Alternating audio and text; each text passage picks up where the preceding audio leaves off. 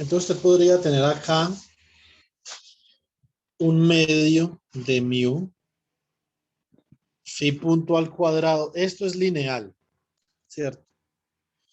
Entonces, y podría tener menos un medio del módulo de Young, ¿cierto? Por phi al cuadrado. Ahora, en el taller, ustedes van a explorar una cosa. Yo voy a explorar esto con ustedes el viernes a partir de un libro de mecánica cuántica que tiene un capítulo de teoría clásica de campos que me gusta mucho. Se llama Advanced Quantum Mechanics.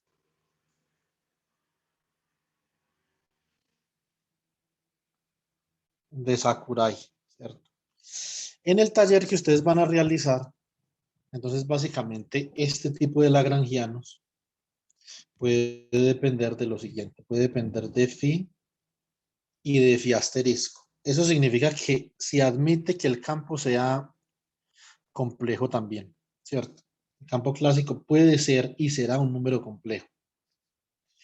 Y usted puede tener, por ejemplo, también phi punto y phi punto asterisco. Entonces, este término de acá, ¿cómo le va a parecer a usted? Este término le va a aparecer como phi por phi asterisco. Esta es otra posibilidad que usted tiene, ¿cierto? O sea que esto en la densidad lagrangiana, ahora vamos a revisar un paper, que es el que yo les voy a poner a solucionar en el taller. Phi al cuadrado, pero también usted puede tener términos de este estilo. Usted puede tener términos como phi al cuadrado por phi asterisco al cuadrado. Este tipo de teorías, si esta fuera una teoría escalar, esto en campo se llama la teoría phi-4. Usted puede buscar esto así en los libros. Busque phi-4 field theory. Este es el tipo de teorías que surgen o más bien, este es el tipo de teorías que dan origen a algo parecido a la ecuación de Ostrogradski. ¿Sí me entiende? Ahora, ¿de dónde vienen estas teorías? Estas teorías vienen cuando usted tiene una cadena de osciladores que están interactuando. Nuestra cadena de osciladores no está interactuando. Los osciladores están acoplados, que es distinto. Pero si usted tiene oscilaciones interactuantes, tiene una teoría phi-4 que surge o que da origen en la ecuación de Ostrogradski. ¿Sí me explico, Jonathan? Sí, Juan, entendido. Muchas gracias. En nuestro caso, simplemente están acoplados por resortes. Eso es todo. Es el caso más sencillo, el que considera Goldstein. Recuerden que yo no trabajo del Goldstein, ¿cierto? Yo sé que el Goldstein es un libro muy típico, pero de todas formas, el Goldstein es un libro antiguo, tiene un enfoque antiguo y unos temas antiguos, ¿cierto? Nosotros, naturalmente, si estamos estudiando física, ustedes están estudiando física, lo que ustedes buscan es contribuir originalmente a la generación de nuevo conocimiento en el área de física teórica, ¿cierto? Y el Goldstein a mí no me parece el libro que nos ayude a cumplir ese objetivo. Es un libro guía interesante, ¿sí o no? Es un libro guía interesante, ustedes se pueden basar del Goldstein.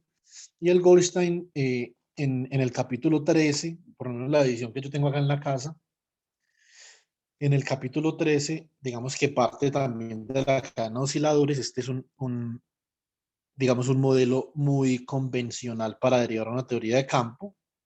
Y entonces naturalmente discute unas teorías de orden superior, ¿cierto? Yo les voy a enseñar teorías de orden superior también, etcétera, etcétera. Pero el Goldstein, digamos, no trata con mucha profundidad lo que es la teoría de campo, que es normal porque es un libro de mecánica clásica, no un libro de teoría de campo, ¿cierto?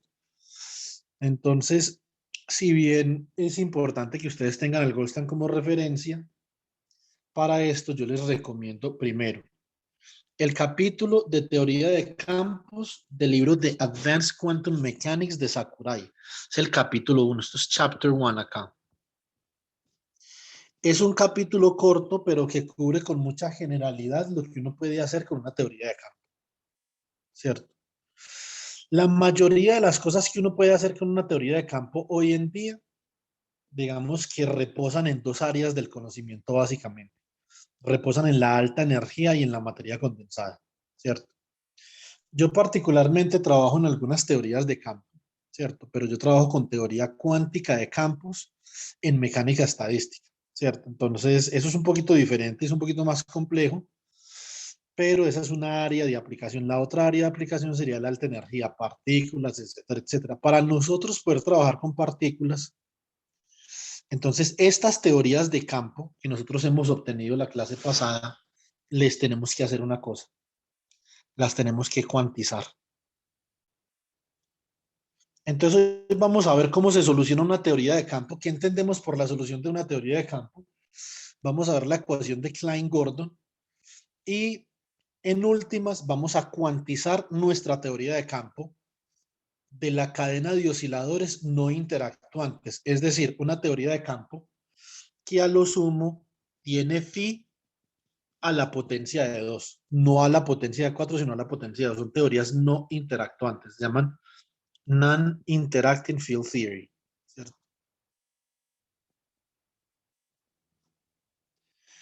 Son teorías de campo para las cuales nosotros conocemos una solución exacta, ¿cierto? Por ejemplo, si usted tiene una integral, si usted pudiera calcular esta función, supongamos que usted quiere calcular e a la i h sobre h barra. Bueno, olviden ese h barra, pues que de pronto se confunden con eso. A la s, un funcional que depende de phi y de phi punto, por ejemplo. Entonces usted reemplaza la acción y esto le queda e a la i integral, digamos, no sé, de 0 a más infinito puede ser, por ejemplo. E integral de 0 a más infinito, pero esto va sobre el tiempo, esto va sobre la posición. ¿Qué tiene usted acá? Tiene la densidad lagrangiana, ¿cierto? Entonces esto sería acá un medio de mu por phi punto al cuadrado de r, t, ¿cierto? Menos un medio de y de phi al cuadrado de r, t. Supongamos que usted va a plantear una integral funcional, por ejemplo. Es integral funcional. Esto es una integral funcional que nos permite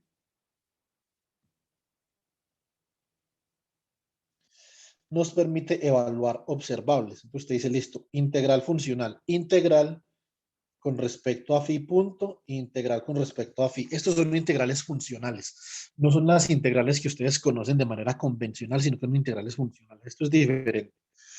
Esto es muy convencional en la teoría de campo, lo que yo estoy haciendo acá. Estos se llaman integrales de camino. Si ustedes quieren considerar la física teórica de manera seria, les recomiendo que apunten este nombre.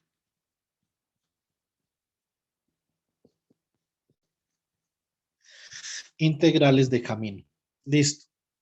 ¿De qué libro trabajo yo mecánica clásica? El curso lo trabajo yo de un libro que se llama Lagrangian en Hamiltonian Dynamics.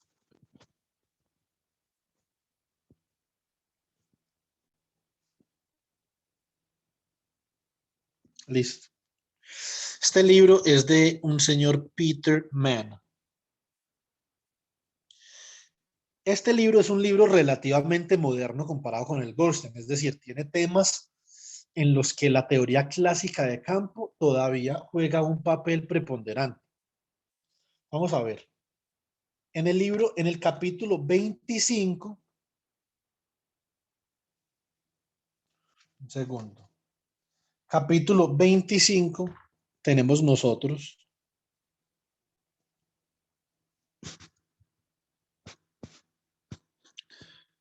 Lagrangian Field Theory. Listo.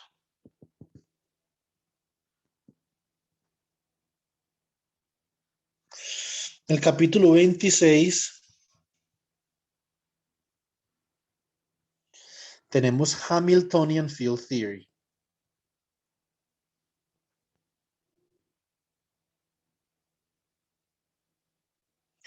Son igualmente importantes, pero si ustedes van a considerar, por ejemplo, la alta energía, es bueno que se acostumbren a trabajar con Lagrangian Field Theory porque Lagrangiano tiene unas simetrías particulares que nos permiten trabajar con las transformaciones de Lorentz, ¿cierto?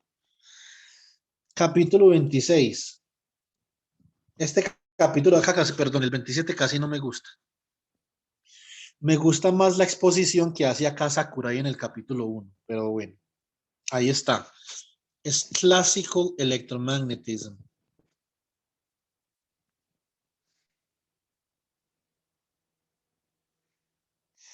Trabajan el electromagnetismo desde una perspectiva de la teoría de campo, más sin embargo,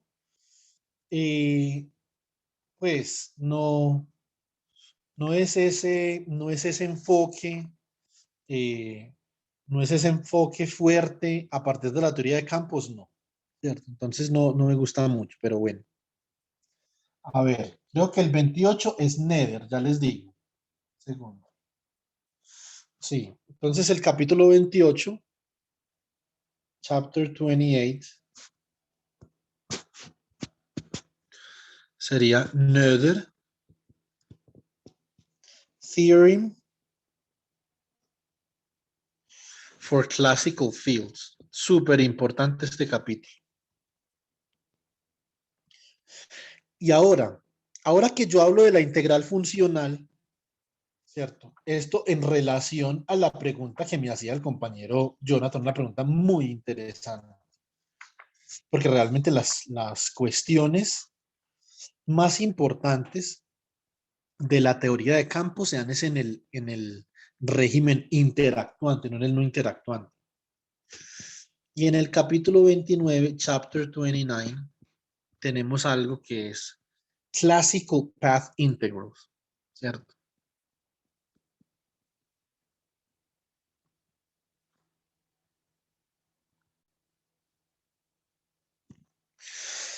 Aquí, entonces es donde nosotros vamos a ver integrales como de esta forma que nos van a permitir calcular algo. En este momento no les puedo decir qué porque de pronto se nos pierde como el norte pues de la clase, ¿cierto? Entonces, pero estas integrales nos permiten calcular algo. Bueno, para Jonathan, en relación a la pregunta que me hizo, ¿qué sucede con estas integrales? Estas integrales de acá, bueno, acá coloqué el igual y se me olvidó colocar la integral funcional. Esto es un igual acá y esto otra vez la integral funcional con respecto a phi punto y con respecto a phi. Esta integral funcional de acá, chicos, es una integral que solo tiene solución para el caso en el que los campos phi y phi punto tengan dependencia cuadrática. Esto es como una integral gaussiana. Integrar eso es como integrar esto. Integral gaussiana.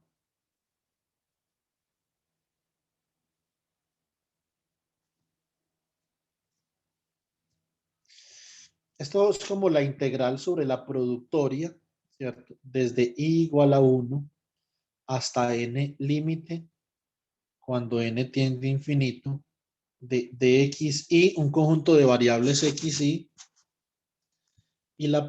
por la productoria. Bueno, dejémosla con un solo campo. Se pueden tener dos campos, pero dejémosla así por el momento, de e a la menos, ¿cierto? Como x y es un conjunto de variables, o más bien x es un conjunto de variables, ¿sí o no? X1, X2 hasta Xn.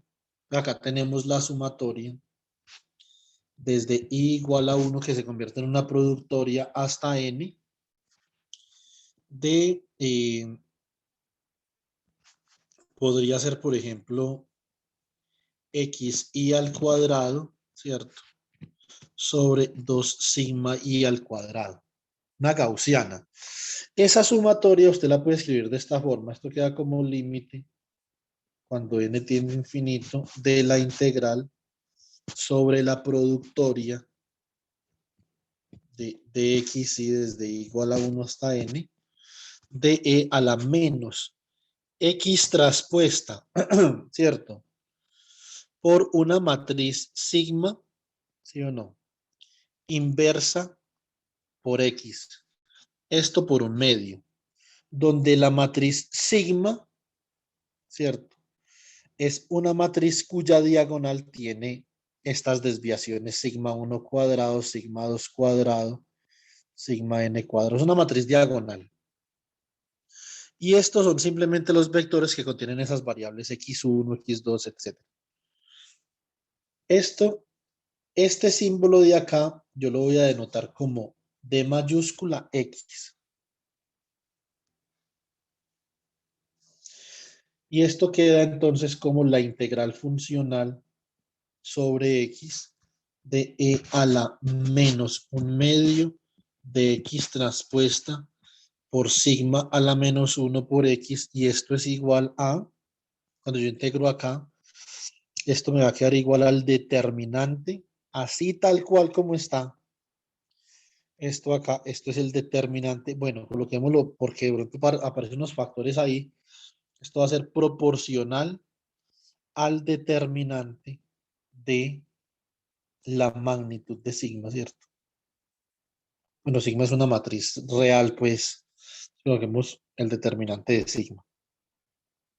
¿Sí o no? Bueno, muy bien. Esto solo se puede hacer para el caso en el que la teoría lagrangiana de campo sea cuadrática.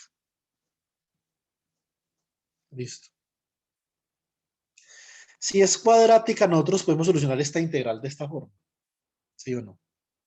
Si no es cuadrática, es decir, si es una teoría de campo interactuante que da origen a la ecuación, por ejemplo, que estaba mencionando el compañero Jonathan, ¿sí o no? Entonces, esta es una teoría que no tiene solución. Nosotros no podemos solucionar teorías que sean no cuadráticas, ¿cierto? Entonces, por ejemplo, de donde surge la ecuación de Ostrogradsky, ¿cierto? Entonces, la ecuación de Ostrogradsky surge de teorías de campo no cuadráticas. En el libro, en este texto que yo les voy a pasar, que se llama Physique du Soliton, yo no sé si esto estará en inglés, ¿cierto?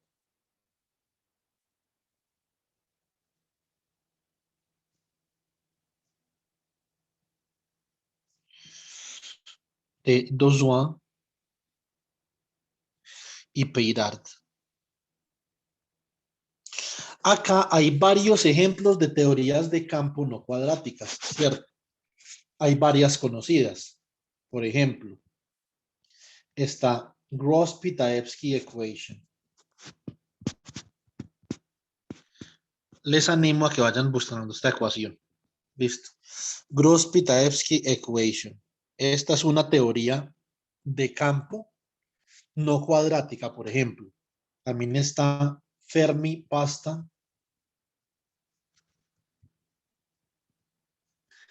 Ulam Theory. Está, por ejemplo, Korteweg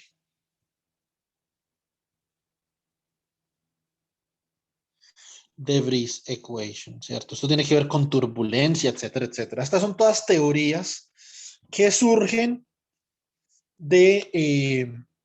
estas son teorías que surgen de teorías de campo lagrangianas no cuadráticas, ¿cierto?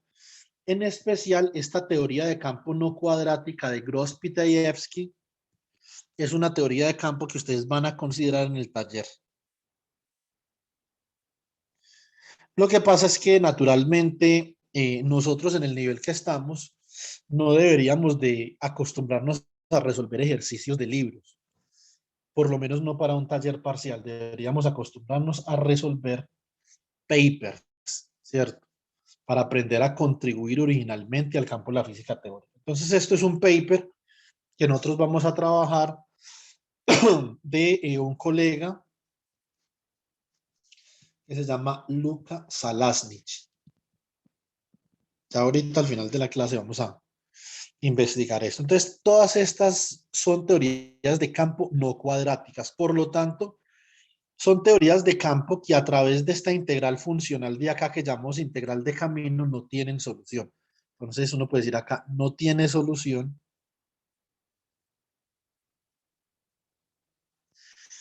exacta para teorías, por ejemplo, phi 4, ¿sí o no? Para teorías Pfeiffer no tiene solución exacta, pero pues en algunos casos tiene solución exacta, por ejemplo, en las teorías que nosotros hemos venido, digamos, considerando desde la semana pasada, ¿cierto? En ese caso, una teoría de osciladores armónicos acoplados donde las oscilaciones no están interactuando. Eso es una teoría de campo lineal. O más bien da origen a una ecuación de movimiento lineal como la que planteamos la semana pasada, ¿cierto? Entonces, uno puede decir a partir de la teoría de campo,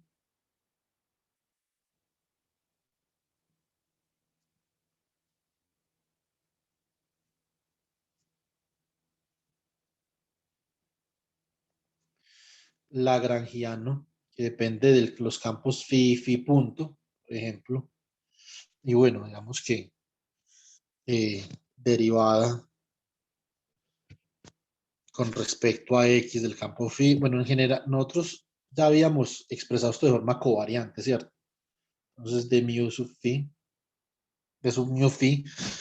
Entonces, no queda esta ecuación acá. Es esto básicamente era un medio, ¿sí o no? De mu que multiplica a phi punto al cuadrado menos un medio del coeficiente de Young por el gradiente del campo al cuadrado. Es una teoría de campo cuadrática, teorías cuadráticas se llaman. Podemos colocar acá.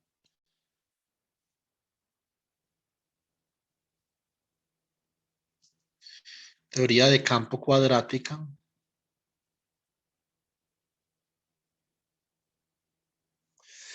Y este tipo de teorías da como origen la siguiente ecuación de movimiento. Entonces, ¿de dónde se obtiene la siguiente ecuación de movimiento?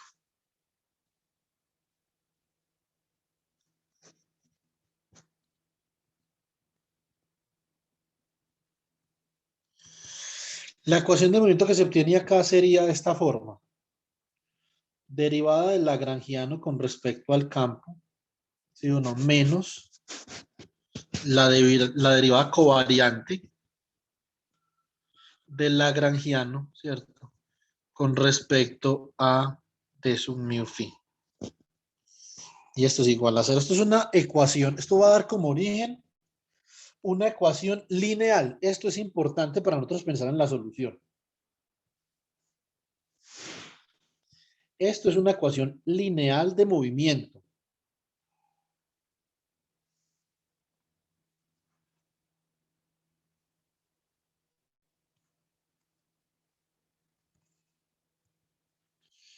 Y las ecuaciones lineales de movimiento son susceptibles de tener una determinada solución que a nosotros nos va a servir mucho en las próximas clases, ¿cierto? Admite una solución que se puede expresar como la superposición de modos individuales en donde cada modo es solución de la ecuación también, ¿cierto? Muy bien. Esto ustedes lo vieron en métodos matemáticos para la física, y vieron que muy bien. Ustedes tienen una ecuación, por ejemplo, de este estilo. Ustedes tienen la ecuación de Helmholtz, ¿cierto? Para un campo eléctrico.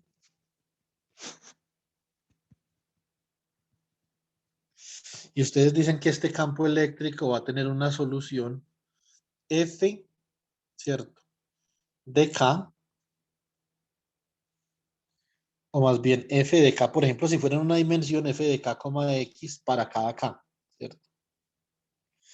Esto puede ser, por ejemplo, un A sub K por E a la EKX, una onda plana, sin ningún problema, ¿cierto? Y cuando ustedes la integran en un esquema espacio-temporal, pues tienen una onda plana en el tiempo ahí. Ahora, la solución general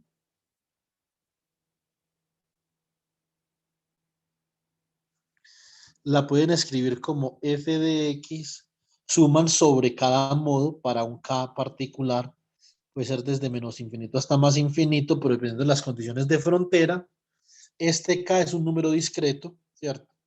Entonces hay una cuantización, esto sería a sub k de e a la i kx. Entonces usted lo que está haciendo acá es que está superponiendo un número infinito de modos propios dentro de la geometría donde se define la ecuación de Helmholtz. ¿Sí o no? Esto es una característica de las ecuaciones de movimiento lineales. ¿Sí o no? Ahora, esta ecuación de movimiento que nosotros tenemos acá es una solución muy particular. En los libros típicamente esto lo llaman un instantón. Entonces, solución de ecuación de movimiento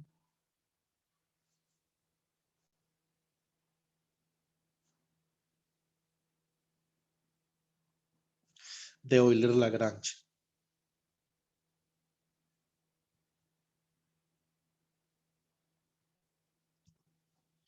Nosotros vimos que cuando tenemos un sistema discreto de partículas, esto lo podemos hacer relativamente simple en un computador. Lo vimos la semana pasada. Este lunes vimos que nosotros para un sistema un poquito más complicado, sistema no lineal, vamos a poder solucionarlo en un computador también. Ahora, ¿qué no podemos hacer con un sistema no lineal? No lo podemos solucionar a lápiz y papel. Eso sí no lo podemos hacer, ¿cierto? Entonces, pero por lo menos no en el caso general.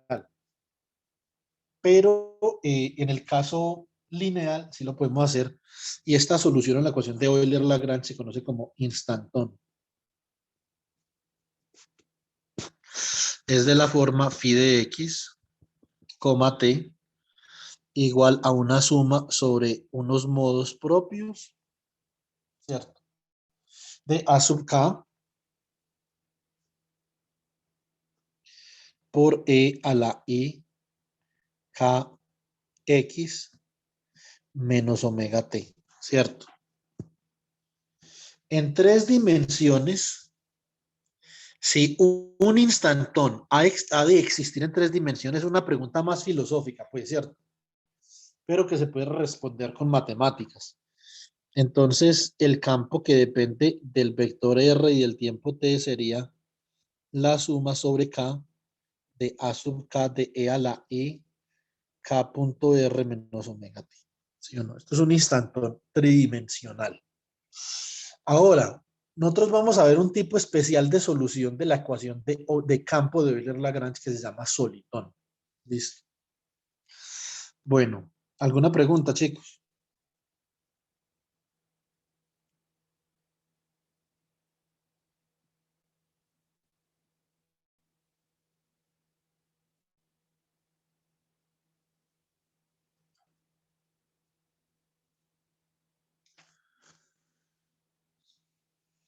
Muy bien.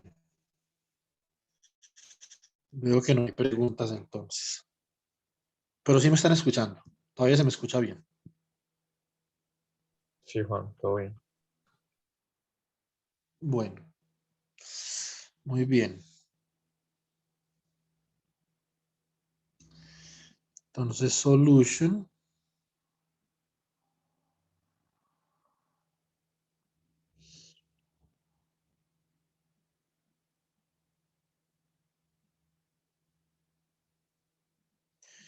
to a classical field theory. Part 2. ¿Sí o no? Bueno, muy bien. Entonces, la solución a una teoría clásica de campo. Bueno, entonces recordemos la métrica relativista en dos dimensiones. Entonces, métrica, tensor métrico.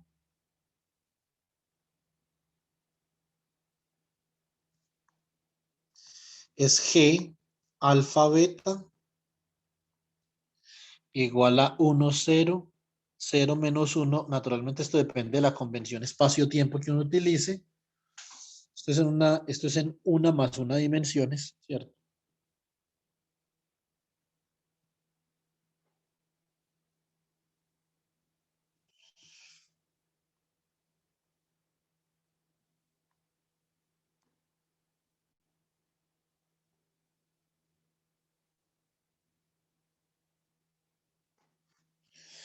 Esto es en one plus one dimensions, ¿cierto?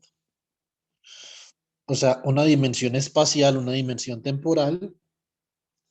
Y planteamos la teoría de campo que teníamos, entonces, anteriormente.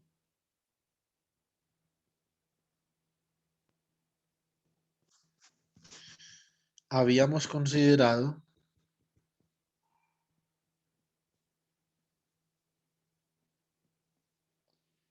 la teoría de campo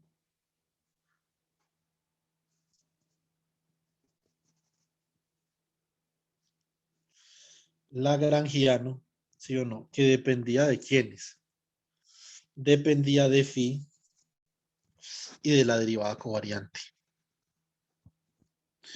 Esto era un medio, ¿cierto? De mu por phi punto al cuadrado menos un medio de y por el gradiente de phi al cuadrado. Con esa métrica que yo tengo ahí, en una dimensión, entonces en una dimensión,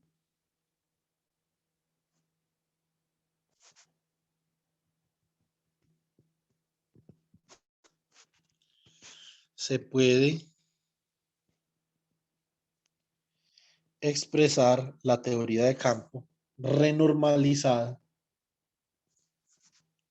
o más bien la teoría de campo escalada.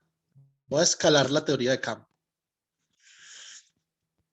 de la siguiente forma. La voy a escalar por mu y por y, ¿cierto? Entonces, desaparecen mu y obtengo que el lagrangiano, entonces de phi, ¿cierto? Y de la derivada covariante en una más una dimensión de phi, entonces, ¿cómo quedaría? Esto quedaría como un medio de phi punto al cuadrado, ¿cierto? Menos un medio de la derivada de phi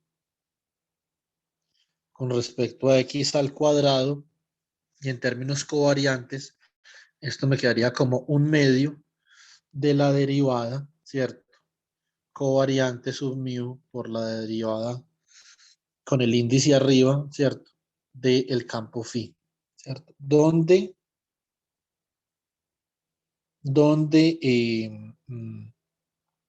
a ver, donde G sub alfa beta, que es la métrica, sería 1, 0, 0, menos 1, ¿cierto? De hecho, acá se puede ver claramente que D sub mu es simplemente la derivada con respecto al Pero, tiempo, menos la derivada. Dime. yo no entiendo por qué se permite quitar a mu y a y. O sea, simplemente es un escalamiento, ¿cierto? Entonces, ¿usted qué hace? Usted factoriza mu. Estas simplemente son constantes, usted las escala, y cuando usted escala las constantes, simplemente está renormalizando la escala de tiempo y energía en la cual está contextualizado phi, ¿cierto? Entonces, como por ejemplo, usted en mecánica cuántica tiene la ecuación de Schrödinger, como algo así. ¿Cuál le cuidado? Menos h barra al cuadrado sobre 2m, ¿cierto? Y tiene Laplaciano más una función que llamamos potencial actuando sobre la función de onda igual a IH barra por la derivada de la función de onda con respecto al tiempo. ¿Cómo encuentra usted esta ecuación? De hecho, creo que en el paper que yo les voy a solicitar la encuentran así. Esta ecuación la encuentra usted como menos un medio Laplaciano más V de R actuando sobre phi de RT igual a I derivada de R, T. ¿Qué pasó acá? Desaparece la masa y desaparece H barra, ¿cierto? La masa la hacen igual a 1. Nosotros, cuando cuanticemos la teoría de campo, vamos a ver que esto está relacionado con la energía. Relacionado con la energía. Y hacen H barra igual a 1, ¿cierto? ¿Qué es H barra?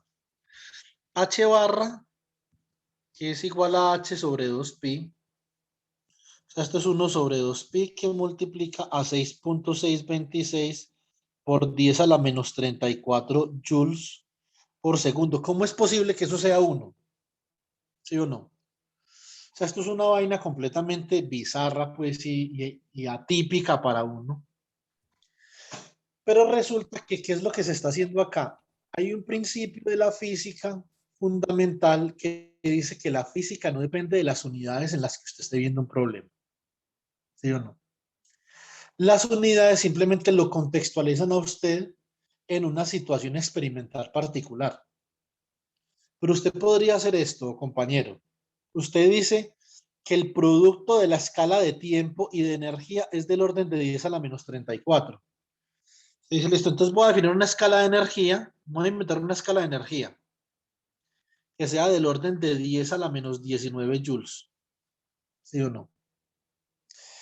Y voy a inventar una escala de tiempo acá que sea del orden de 10 a la menos 15 segundos. Digamos que esta es la energía. Estos son Juan Davids de energía, por ejemplo, ¿cierto? JD. Y esto es un tiempo, ¿cierto? Llamemos tiempo generalizado, ¿cierto? A esto le voy a asignar yo una nueva unidad. De hecho, eso es una mala asignación porque esta unidad ya existe, ya no me la inventé yo. Entonces, esta unidad es del orden de los electron volts, ¿cierto? Y esta unidad de acá es del orden de los ¿qué?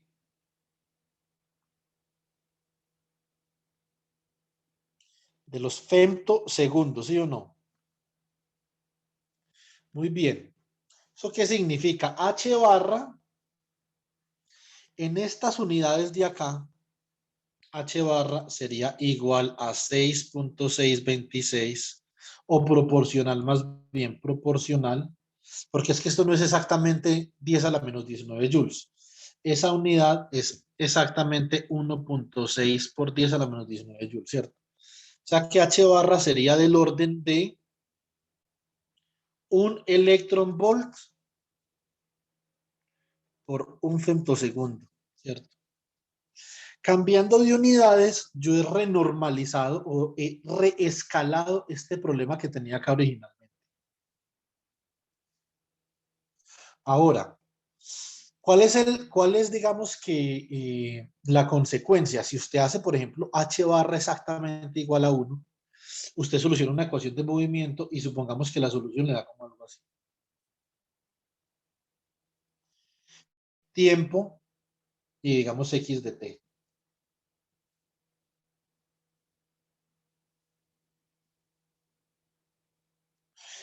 Y usted dice, ah, bueno, yo llegué a las 5 unidades de tiempo, estoy en el estado estacionario.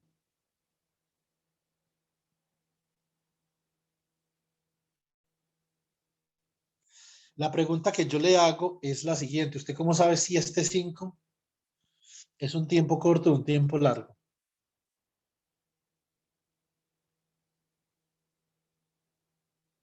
¿5 es largo o es corto? ¿Eso es mucho tiempo o es poquito? Al compañero que me preguntó, le pregunto. Pues eso es relativo, pues, dependiendo de cómo evoluciona el sistema, diría yo. No. Si usted tiene h barra igual a 1, es imposible saber eso, no puede. H barra igual a 1 relaciona las escalas de energía que son habituales para nosotros en nuestra escala de experiencia, que son el joule y el segundo, ¿cierto? Yo, por ejemplo, yendo desde mi casa hasta el centro comercial que queda acá cerquita, yo me demoro, ya le digo cuánto me demoro. Me demoro aproximadamente unos 1500 segundos. O sea, 1.5 por 10 a la 3 segundos. Más o menos, ¿cierto? Si me voy pues a un paso muy lento, si me voy a un paso más fino, me demoro 900 segundos. O sea, me demoro 9.0 por 10 a la 2 segundos. Esta es una escala característica en mi contexto de interacción humana. Joule, ¿cierto? Entonces te puede decir, ¿cuántos joules utilizo yo para ir desde mi casa hasta el centro comercial. Un joule es igual a un newton por metro. Digamos que yo estoy acelerando aproximadamente a 1 metro por segundo al cuadrado, ¿sí o no? Yo peso unos 90 kilogramos, multiplico ahí y multiplico esto por la distancia que hay entre el centro comercial y mi casa, que serán, no sé, por unos 500 metros, pues, ¿cierto? Entonces 5 por 9, 45, ¿cierto? Entonces esto me va a dar 4.500 joules de energía. Por lo tanto, esto es 4.5 por 10 a la 3 joules. Esto está dentro de mi escala de interacción humana. Si yo no sé cuál es la constante que me relaciona la variable temporal y la variable energética, que es un producto fundamental en la física, es muy fundamental. Eso significa que ese producto no se puede expresar en términos de otras constantes fundamentales. Es imposible yo saber, compañeros, si esto es rápido o es lento. H barra, por eso, segundo. Típicamente en dinámica escalada, cuando usted escala estas constantes, usted grafica T sobre H barra. Y esto lo van a ver mucho en los artículos de teoría de campo, ¿cierto? Un escalamiento en el tiempo. Listo. Entonces, esto, naturalmente, usted puede graficar, bueno, T sobre H barra no. Usted tiene usted está graficando acá más bien H barra sobre la energía. Esto está en joules por segundo, abajo está en joules y esto le dan segundos. A no ser de que usted rescale el eje sobre el que usted está graficando con H barra, usted no puede determinar realmente este tiempo si es rápido o es corto. Usted lo debe comparar con las escalas características de su problema. Cuando nosotros escalamos las teorías, compañero, ¿qué es lo que nosotros estamos haciendo? Nosotros, por ejemplo, acá, en este caso, podemos decir lo siguiente: factoricemos mu. ¿Sí o no? Esta es una constante. ¿Cómo nos queda esto? Esto nos queda 1/2 de phi punto al cuadrado menos 1/2 de y sobre mu factor del gradiente al cuadrado del campo. Y hacemos y sobre mu, lo escalamos a 1, ¿cierto? O sea que y sobre mu queda escalado, ¿cierto? Como y sobre mu queda escalado y esto es una constante que no va a intervenir en las ecuaciones de movimiento, porque ¿cómo le van a quedar las ecuaciones de movimiento? Le van a quedar mu derivada de Lagrangiano con respecto al campo menos de mu derivada de Lagrangiano con respecto a d sub mu de phi igual a 0, esto acá por mu. Por lo tanto, mu y mu se cancelan si usted la saca como una constante. Es decir, esta es una constante inmaterial en la ecuación de movimiento. No importa qué constante tenga usted al frente. Es inmaterial, no es observable. Entonces, por eso nosotros rescalamos la teoría. Bueno, ¿y por qué la rescalamos? Pues nosotros la rescalamos para hacer el cálculo más sencillo. Y acá, entonces nosotros podemos ver, nosotros si la rescalamos vamos a poder escribir este término de acá, lo vamos a poder escribir como una derivada covariante de segundo orden, donde d mu, en este caso, d sub mu es esto y d super mu es igual a la métrica g sub mu nu, ¿cierto? O más bien g super mu mu, lo podemos escribir así, d sub mu por g super mu nu. Entonces, si nosotros utilizamos esta convención de multiplicación, este es d super mu. Y como son variables mudas, no importa. Entonces, esto es un producto de un vector por una matriz y esto va a dar otro vector que es de la forma derivada con respecto al tiempo, coma, derivada con respecto a x, ¿cierto? Y cuando yo multiplico d sub mu por d super mu, me queda d de t, coma, menos d de x, ¿cierto? Por d de t, coma, d de x. Y esto en efecto nos va a dar segunda derivada con respecto al tiempo, ¿cierto? Entonces, menos segunda derivada con respecto a x. Ah, bueno, esto no nos queda exactamente de esta forma. Pero un momentico, tengo que introducir acá la phi. Acá va la phi. Ahora sí, listo. Ahora, ¿qué sucede entonces con este término de acá, chicos? Bueno, entonces ustedes ya saben que este término de acá, cuando ustedes multiplican d sub mu por d super mu, esto da un laplaciano en espacio-tiempo, ¿cierto? Laplaciano en espacio-tiempo. ¿Sí o no? Bueno, muy bien. Voy a borrar acá un pedacito. Ahora, ¿qué pasa entonces si yo tengo, para este lagrangiano que yo tengo acá, tengo el término d sub mu de phi, d super mu de phi? Esto es igual a, entonces, la derivada de phi con respecto al tiempo, coma, menos derivada de phi con respecto a x, por la derivada de phi con respecto al tiempo, coma, derivada de phi con respecto a x, y esto no es otra cosa que la derivada de phi con respecto al tiempo al cuadrado menos la derivada de phi con respecto a x al cuadrado, que eso es exactamente lo que tengo en el lagrangiano, ¿cierto? Por eso el lagrangiano, ese lagrangiano no interactuante se puede escribir así. Y así es como ustedes van a encontrar este lagrangiano escrito en la literatura. Listo. Ahora, si nosotros escribimos el lagrangiano así, la pregunta es cuál es la solución. Bueno, nosotros sabemos que eso es un instantón porque lo acabamos de ver, pero ahora le vamos a meter más misterio al asunto, ¿cierto? Entonces, potencial. Potencial en términos de campo clásico.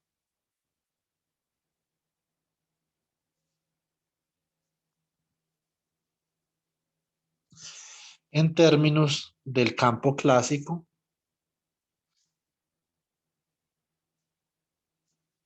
phi.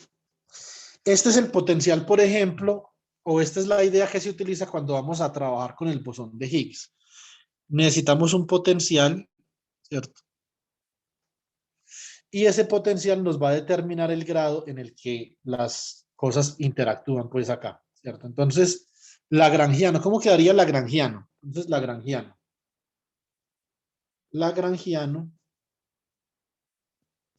o densidad lagrangiana, pues más bien.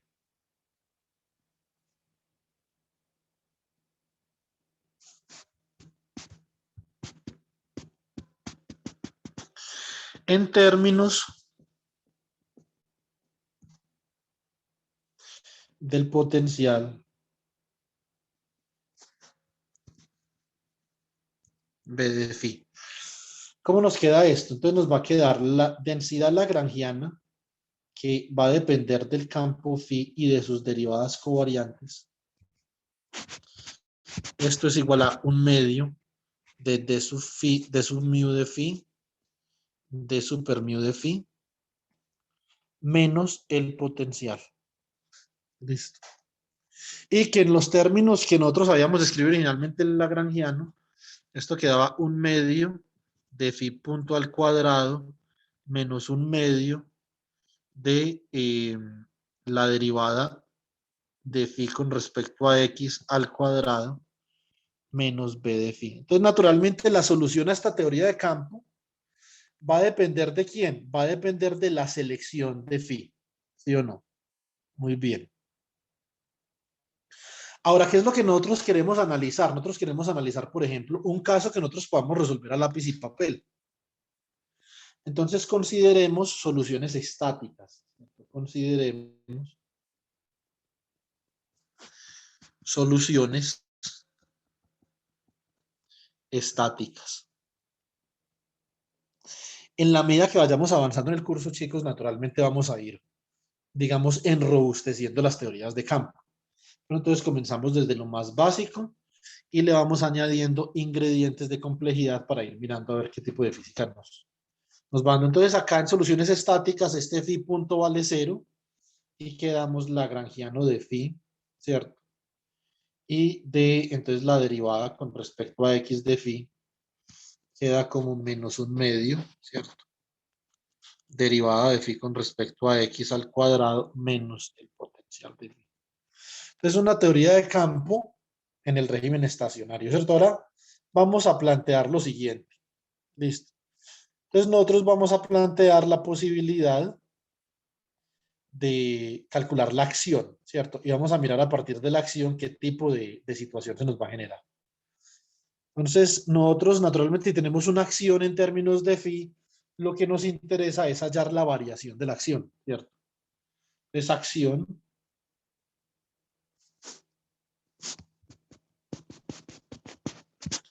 en términos de la densidad lagrangiana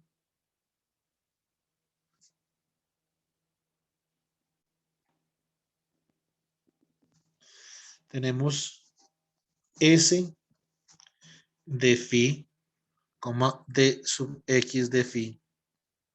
Esto es un funcional, no lo olviden. Y como estamos en dos dimensiones, entonces tenemos que esto es la integral, ¿cierto? Sobre D2X, ¿cierto? De la densidad lagrangiana, que sería un medio de D sub mu de phi, D super mu de phi menos el potencial de phi, ¿cierto? Entonces esa es la acción. Ahora, variacional de la acción. Variación de la acción con respecto al campo phi.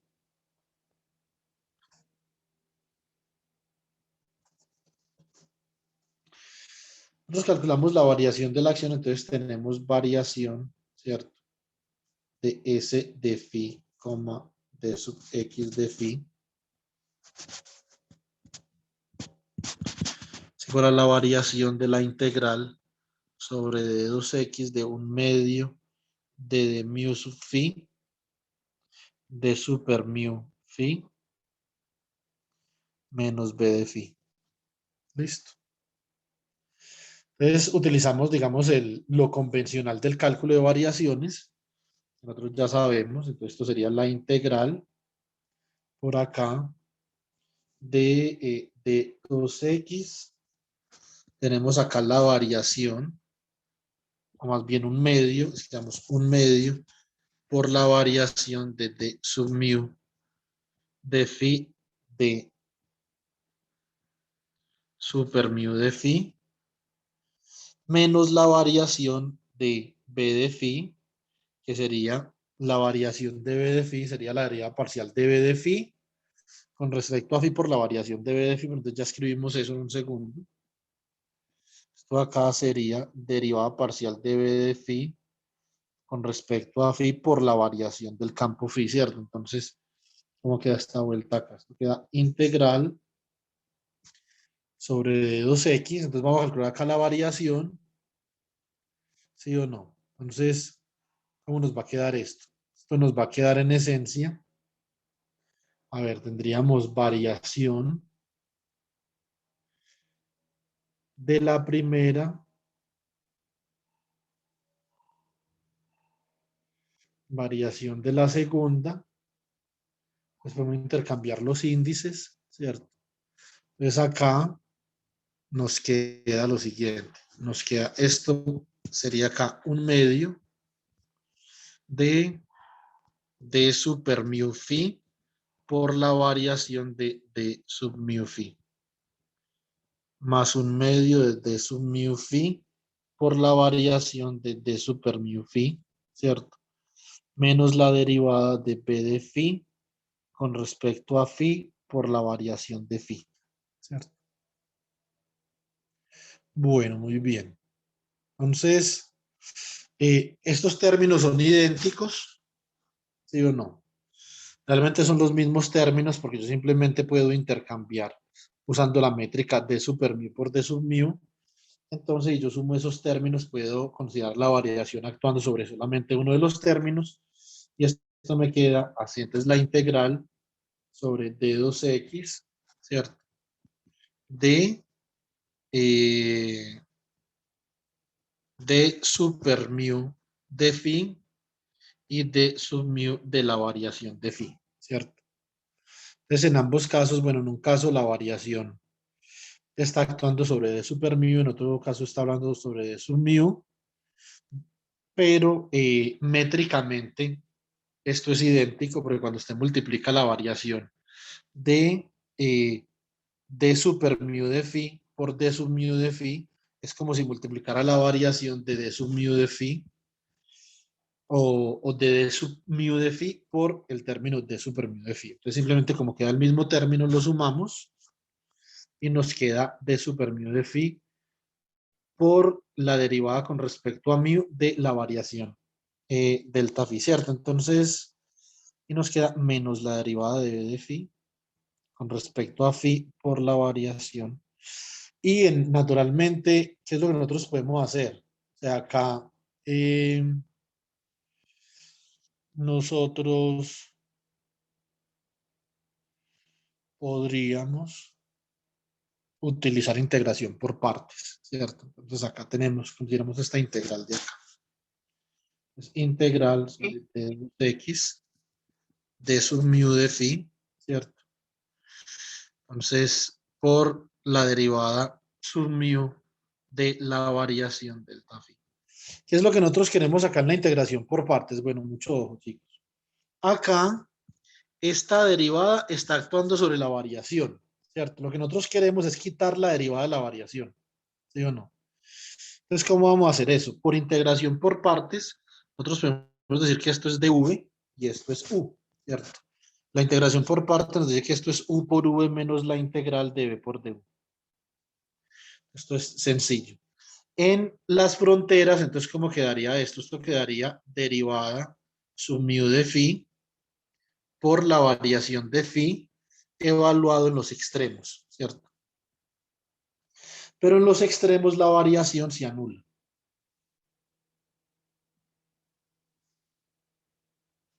Esto es en los extremos, entonces nos queda menos la integral con respecto a d2x. Ahora actúo con esta derivada sobre este man de acá.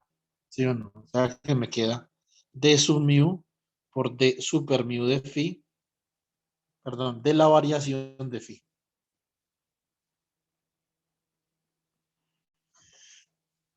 Muy bien. Entonces, no, de phi por la variación de phi, lo siento. Hay un phi. Entonces queda este término y acá queda la variación de phi. En este caso, la variación de phi ya no tiene una derivada, ¿sí o no? Entonces ya quitamos la derivada que actuaba sobre la variación de phi y se la aplicamos a este término usando integración por partes. Por lo tanto,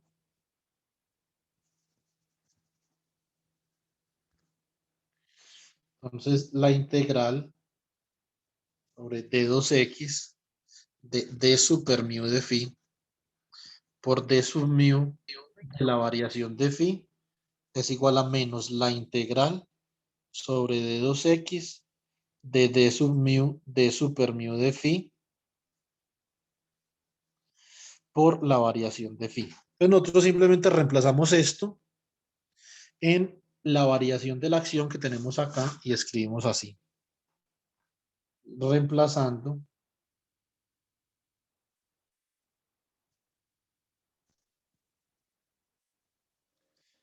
en la variación de la acción. Entonces tenemos variación de S de phi, de sub x de phi igual a la integral sobre d2x de sería entonces d super mu de phi por d sub mu de la variación de phi menos la derivada de b de phi con respecto a phi por la variación del campo phi, ¿cierto? Y con la integral que acabamos de demostrar, entonces esto quedaría como menos la integral sobre d2x de sub mu de super mu de phi por la variación de delta phi menos la derivada de b de phi con respecto a phi por la variación de phi. Muy bien. Un segundo que acá, esto me quedó un poquito espurio. Por el afán. Escribamos acá la integral otra vez. Entonces, menos la integral con respecto a d2x de la derivada de b de phi con respecto a phi por la variación de phi. Listo. Entonces, la variación de la acción me queda menos la integral sobre d2x de d sub mu, d super mu de phi, menos, o más bien más, por acá, la derivada de b de phi con respecto a phi, todo esto por la variación de phi. Y como la variación de la acción debe de ser cero, pues bueno, entonces, ¿qué hacemos nosotros? Básicamente, tenemos que el integrando debe ser igual a cero y obtenemos la siguiente ecuación de movimiento, obteniendo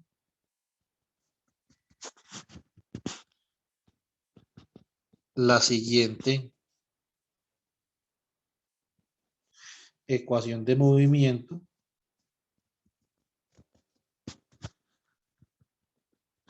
para phi en términos de v.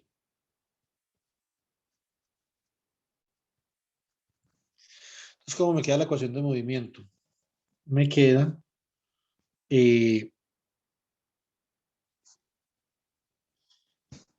sub mu, d super mu de phi. Recuerden que ahorita les acabé de demostrar que eso es el laplaciano en el espacio-tiempo, ¿cierto? Más b de phi igual a cero. Es la ecuación de movimiento.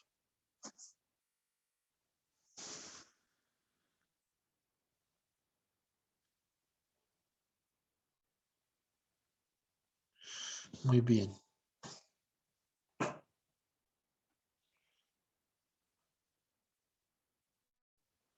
Equation of motion. Listo, chicos. ¿Alguna pregunta hasta ahí?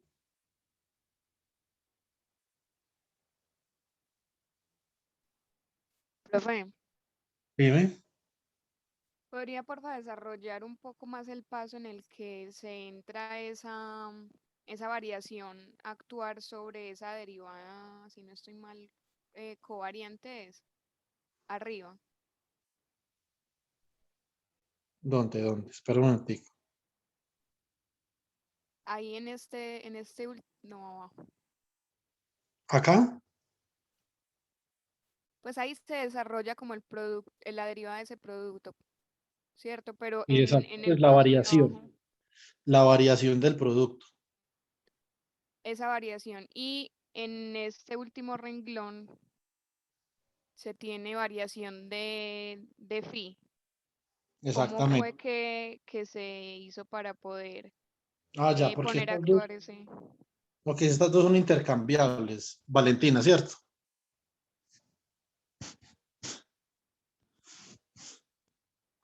Usted las puede intercambiar. Entonces usted, lo único que yo hice es lo siguiente. Por ejemplo, usted puede calcular de mu por la variación, por esta variación, ¿sí o no? Entonces aquí d sub mu de phi es derivada de phi con respecto a t, derivada de phi con respecto a x, menos derivada de phi con respecto a x, ¿cierto? Muy bien. Entonces, calcule esto y multiplíquela por la variación. Entonces, la variación de t. Ah, no, esta sería positiva porque esta sería con el índice acá. Listo. Esta sería d sub mu de phi, o sea que sería la variación, ¿sí o no? De d sub phi de t menos d sub phi de x, ¿sí o no? Entonces, muy bien. Haga usted este producto de acá. Haga usted este producto y verifique, debe de verificar que este producto es idénticamente igual a este otro de acá. Si usted, por ejemplo, tuviera, en vez de eso, tuviera d sub mu de phi, es como sería, sería d phi de t, coma menos d phi de x, ¿cierto? Y entonces ahora calcula la variación, pero sobre la derivada covariante de super mu de phi. O sea que esto sería la variación de t sub phi, ¿cierto? Con respecto a t y d sub phi con respecto a x. Usted puede verificar, Valentina, esto es realmente directo. Si usted coge y multiplica estas dos cosas acá, haga ese producto en la dirección que usted quiera. No hay problema. Inclusive puede dejar la variación ahí o puede introducir la variación acá, ¿cierto? Como usted quiera. Recuerde que la variación y las derivadas parciales son intercambiables, ¿cierto? Entonces, acá le va a quedar una derivada parcial segunda. Acá también le va a quedar una derivada parcial segunda de phi con respecto a x, lo mismo acá. Lo que pasa es que le queda con signo cambiado, ¿cierto? Pero acá va a quedar un signo más y acá un signo menos. Y acá un signo menos y acá un signo más. Cuando usted hace el producto, estos dos términos le dan exactamente la misma cosa, ¿cierto? Entonces, como esos dos términos le dan exactamente la misma cosa, usted puede simplemente sumarlos y escoger cualquiera de los dos, ¿sí o no? Es como si usted tuviera, por ejemplo, un medio de A más un medio de B, ¿cierto? Si A y B son iguales, esto puede ser ya sea igual a A o esto puede ser igual a B, cualquiera de las dos. Listo. Listo, listo, profe, gracias. Bueno, entonces esta es la ecuación de movimiento con la que nosotros hemos terminado y ahora, digamos que queremos hacer alguna cosa para poder eh, escribir el campo en una forma funcional particular, ¿cierto? Este B de phi, ¿por qué voy a escoger el B de phi que voy a escoger? Por la pregunta que me hizo, creo que fue Jonathan al principio. Este B de phi puede ser, por ejemplo, puede tener una dependencia cuadrática, sin ningún problema. Usted podría decir, bueno, ¿qué forma funcional puede tener B de phi? ¿Qué forma funcional puede tener B de phi? Puede tener muchas formas funcionales. Sería muy interesante, por ejemplo, nosotros escoger una forma funcional para un problema de esos, digamos, tenaces de partículas, ¿cierto? Entonces, ¿cuál es el problema más interesante en partículas? ¿Ustedes qué creen? ¿Será el bosón de Higgs o qué problema será el más interesante en física de partículas? Por lo menos el más actual.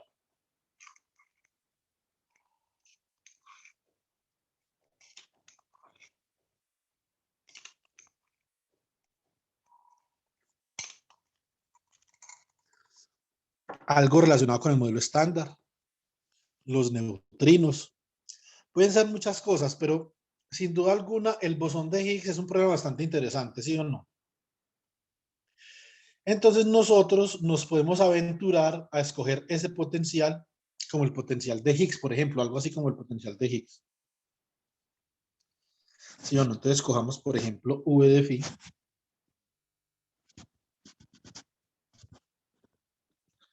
igual a lambda, que es un parámetro de interacción, ¿cierto?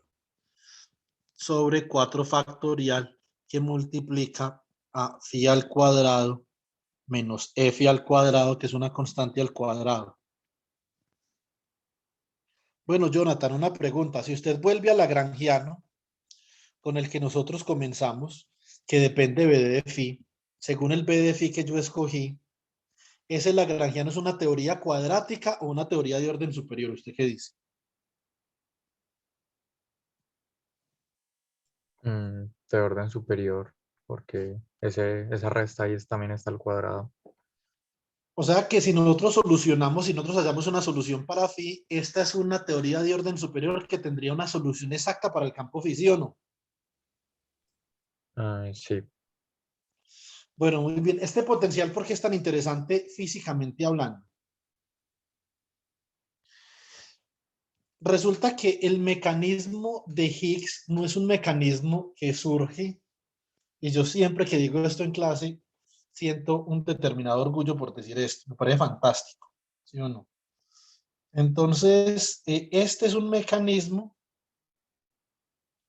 que surge de la materia condensada y no de la alta energía. Se llama Mecanismo de Anderson-Higgs.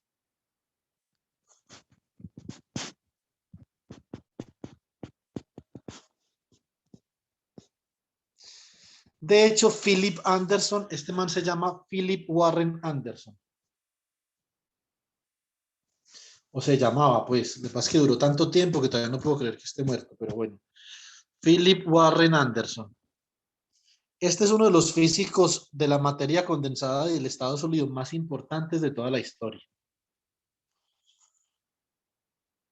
La clase que viene, vamos a comenzar la clase leyendo un paper de Anderson. No tiene que ver nada con campos.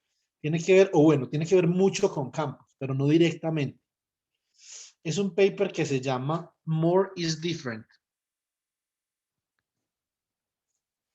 Si uno como físico no se ha leído este paper, chicos, baila. Yo diría que este es el paper de carácter, digamos, no contributivo más importante de toda la historia de la física, en mi opinión personal, pues.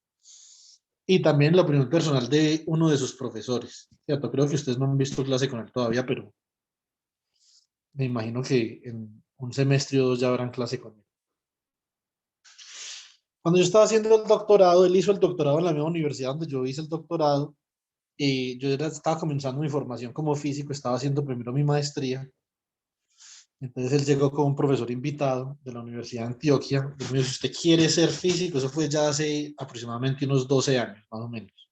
Si usted quiere ser físico, lo primero es que tiene que leer More is Different.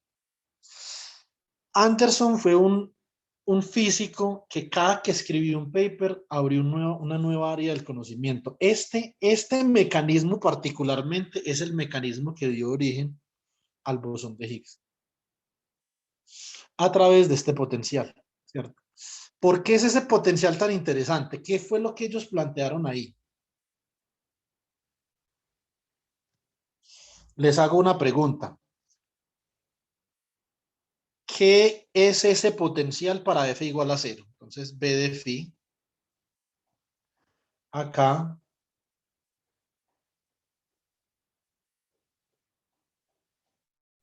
¿Cómo se ve ese potencial para F igual a 0?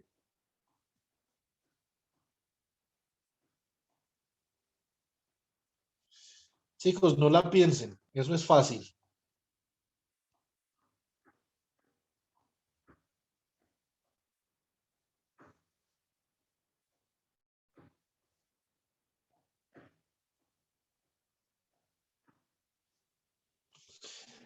Pero pues una función, no sé, a la 4, como una parábola más abierta.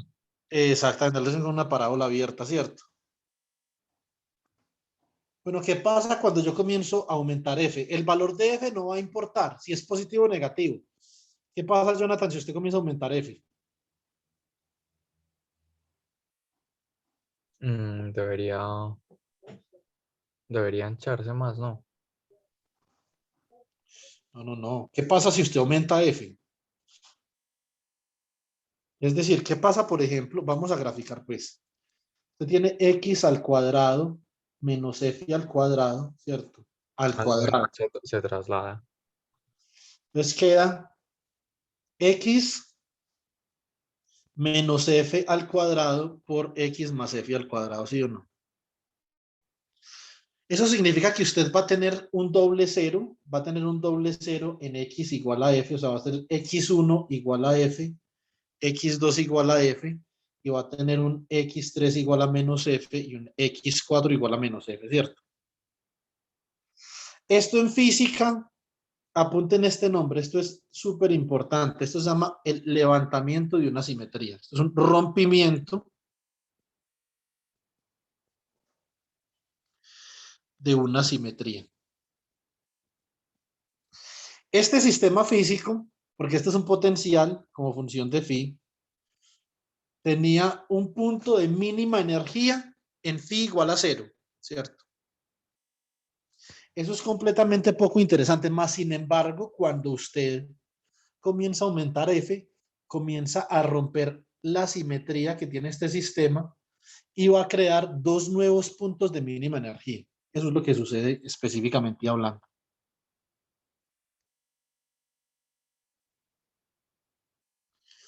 Y esto es lo que nosotros conocemos como el potencial de Higgs. Esto es F y esto es menos F. Ahora, hay dos modos del sistema que van a existir cuando phi es igual a F y cuando phi es igual a menos F. El potencial de Higgs, si ustedes lo buscan por ahí en internet, es como un sombrero. Lo que pasa es que yo estoy graficando, esto es como una dimensión. Es como un sombrerito así. ¿Sí o no?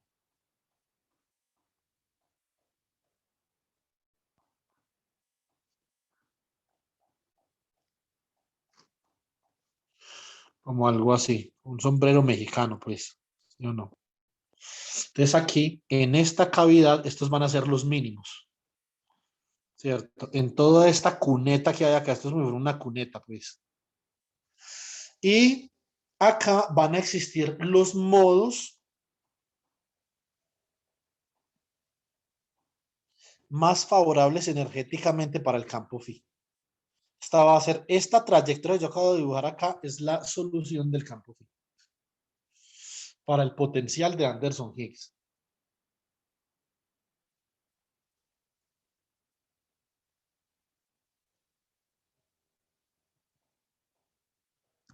¿Sí o no? Bueno, muy bien. La pregunta es, ¿será que esta teoría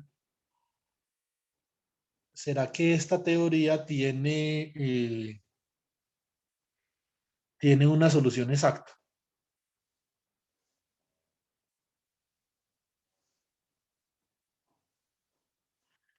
Eso es lo que nosotros no sabemos, ¿sí o no? Podría tener una solución exacta. Lo que nosotros tenemos es que tratar de plantear una forma en la que podamos resolver el campo phi para un potencial particular. Entonces, dado este potencial, el problema es, dado este potencial en esta ecuación de movimiento, hallar phi, ¿cierto?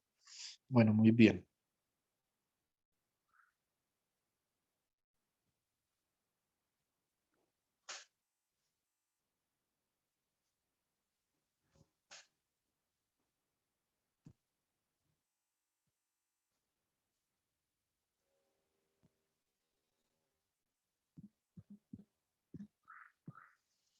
Listo. Entonces,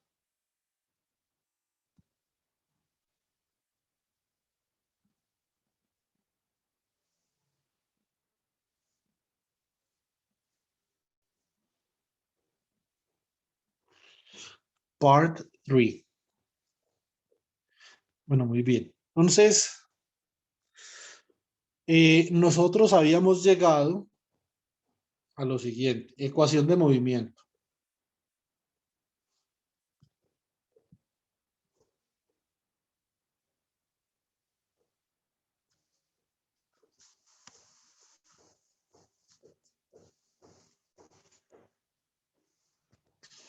Entonces, para la ecuación de movimiento, nosotros habíamos dicho que tenemos d sub mu, d super mu de phi, más b de phi igual a 0. Pero si escribimos las derivadas covariantes en términos de las derivadas en una más una dimensiones, ¿cómo nos queda esto?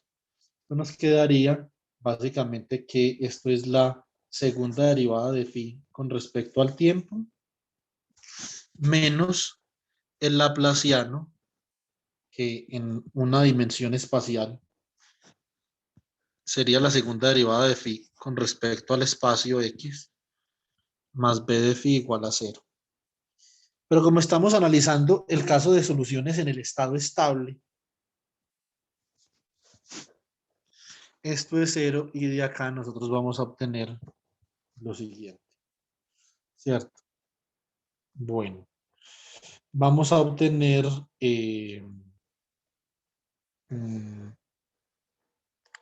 segunda derivada de phi con respecto a x menos v de phi igual a 0.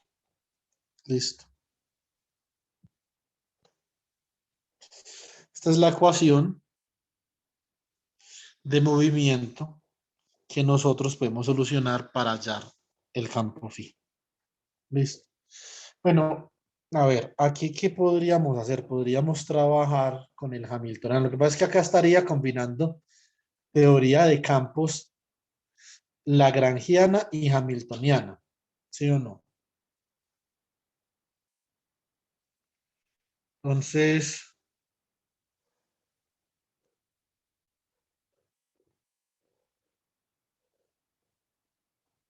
bueno, no importa. Hagamos eso así. Hamiltoniano. Hamiltoniano a partir, o más bien, nosotros todavía no hemos visto esto, pero lo vamos a ver. Densidad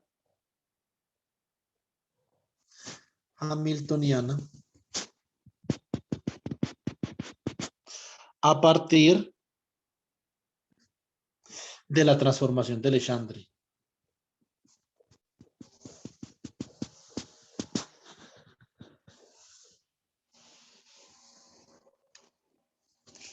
Listo. Bueno, muy bien. Entonces acá tenemos hamiltoniano o densidad hamiltoniana igual a la derivada del lagrangiano con respecto a phi que multiplica a phi punto. ¿Sí o no? Muy bien. Menos el lagrangiano. ¿Cierto? Entonces, pero como estamos en el régimen estacionario, phi punto es 0 y esto es menos el lagrangiano. ¿Cierto? Pero ¿quién era el lagrangiano? La densidad lagrangiana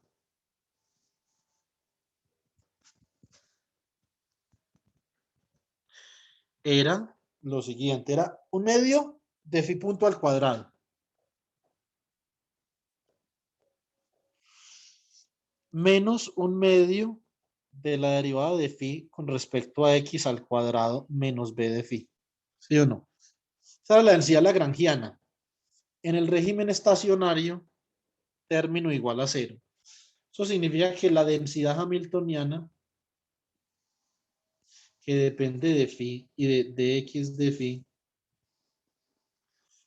quedaría como menos el lagrangiano, o sea que queda un medio derivada de phi con respecto a x al cuadrado más v de phi. ¿Sí o no? Muy bien. Entonces, un segundo. Bueno, básicamente, una forma en la que nosotros podemos proceder es solucionando esta ecuación diferencial. Esa ecuación diferencial no es tan sencilla de solucionar, ¿cierto? Esto es relativamente complicado, aunque todavía no estamos en la teoría de Klein-Gordon, que es la meta que nosotros tenemos en esta parte del curso, que es una teoría súper importante, pero podemos hacer otra cosa para solucionar, digamos, para sacarle el cuerpo a esto. Nosotros no queremos solucionar esta ecuación diferencial por el momento. Vamos a mirar si podemos hacer alguna otra cosa, ¿sí o no? Es posible que podamos hacer alguna otra cosa, como puede que no. Es posible que podamos utilizar la teoría de la densidad hamiltoniana y con base en la teoría de Hamilton o Hamilton-Jacobi podamos llegar a una solución. Vamos a ver si eso es posible o no. Entonces, con esta teoría que nosotros tenemos acá, bueno, yo voy a llamar este término de acá, lo voy a llamar phi prima. Para que esto sea, entonces, un medio de phi prima al cuadrado más v de phi. Voy a plantear la energía. Entonces, calculemos la energía total del campo. Ahora, evaluamos la energía total del campo. Como E, entonces es igual a la integral entre menos infinito y más infinito del diferencial de X de la densidad hamiltoniana, ¿cierto?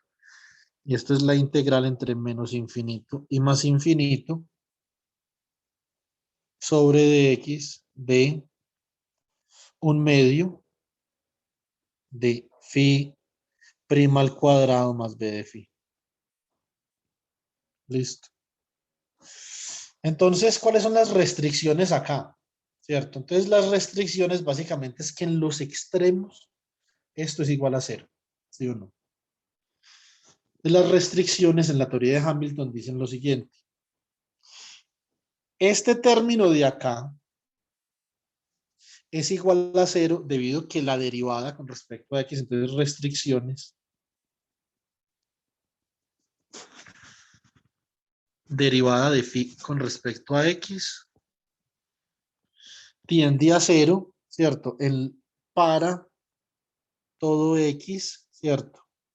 Que tiende a más o menos infinito. Y v de phi también. Entonces v de phi ha de tender a 0 para este mismo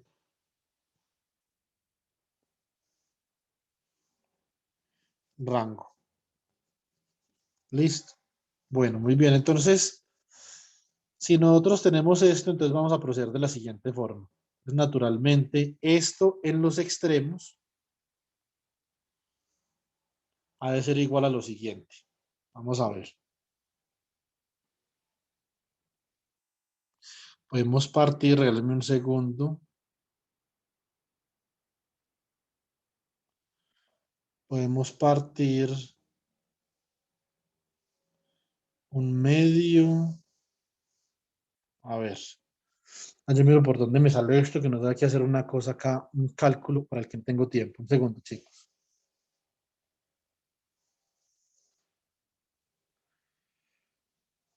A ver.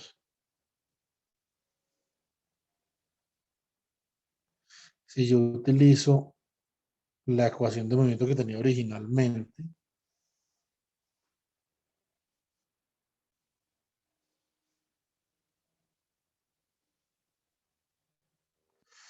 ta, ta, ta, ta, ta, ta.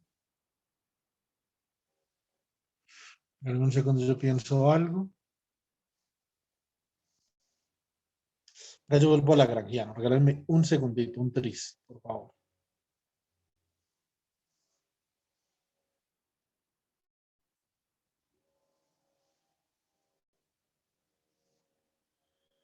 A ver.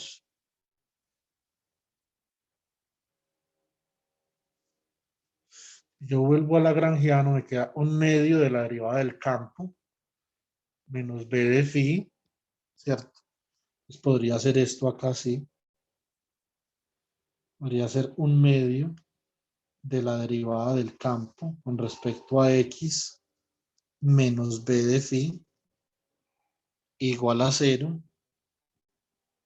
Y de acá podría decir que entonces la derivada de phi con respecto a x, naturalmente aplicando estas condiciones de acá, sí o no, que vienen de la energía, ¿cierto? Para poder que esta energía sea un número razonablemente observable, entonces yo necesito que se satisfagan estas condiciones y de acá entonces tendría yo que esto es más o menos la raíz de 2b de phi, por ejemplo, ¿sí o no? Bueno, listo. Entonces de acá yo puedo hacer esto. Entonces, inversa. Entonces la inversa me queda como la derivada de x con respecto a phi. Y esto sería igual a más o menos 1 sobre la raíz de 2v de phi. ¿Sí o no?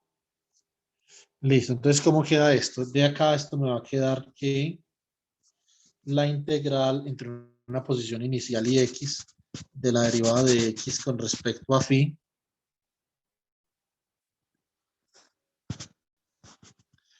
esto, bueno, la derivada de x más bien.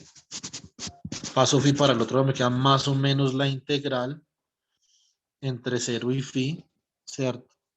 De el diferencial de phi sobre la raíz de 2v de phi. ¿Cierto? Bueno, muy bien. Entonces ahora lo que tenemos que hacer es reemplazar para el potencial que teníamos.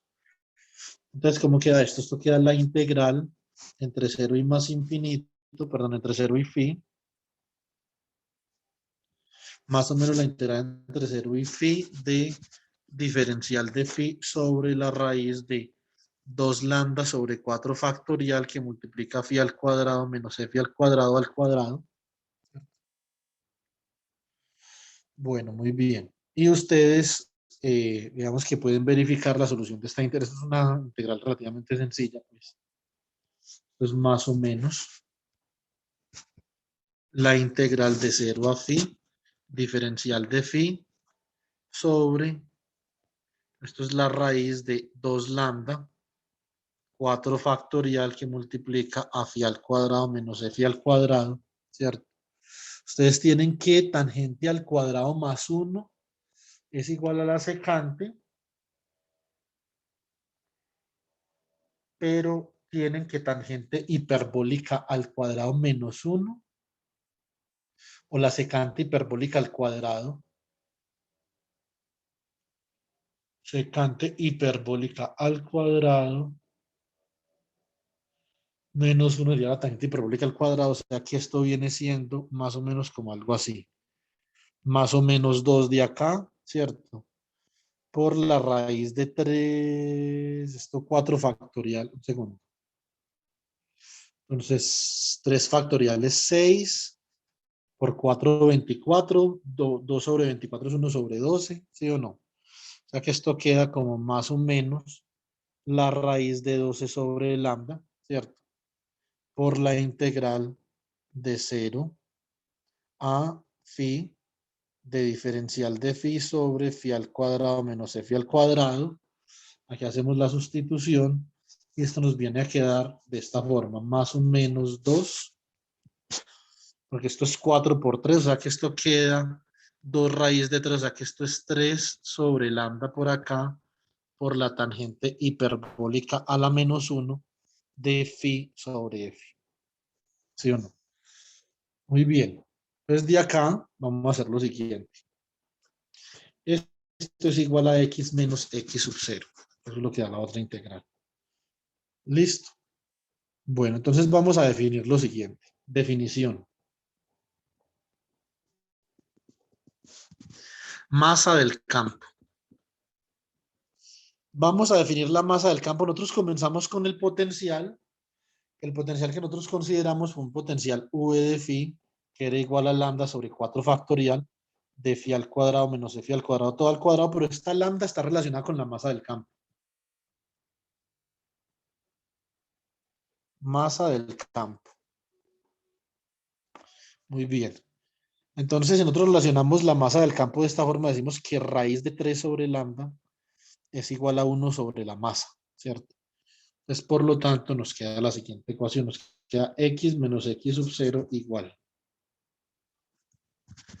Más o menos 2, ¿cierto? Sobre m, que multiplica a la tangente hiperbólica inversa del campo sobre f, ¿cierto? Bueno, muy bien. Desde acá vamos a tener lo siguiente. Tangente hiperbólica inversa de phi sobre f. Esto es igual a m medios, ¿cierto? Vamos, esto es, ¿cómo queda esto acá? A ver. Entonces, más o menos m medios, más o menos tangente hiperbólica de phi sobre f igual a m medios por x menos x sub 0, ¿cierto? Bueno, muy bien. Desde acá podemos despejar phi. Entonces, despejando phi o evaluando phi más bien. Eso despejar suena muy feo. Evaluando phi de x, ¿cómo queda? Pues quedaría sobre f. Esto sería igual a más o menos, ¿cierto? La tangente hiperbólica de m medios que multiplica x menos x sub 0. De acá, phi de x es igual a más o menos f por la tangente hiperbólica de m medios por x menos x sub 0. Esa es la solución para el campo. Vamos a ver este campo qué es. Listo.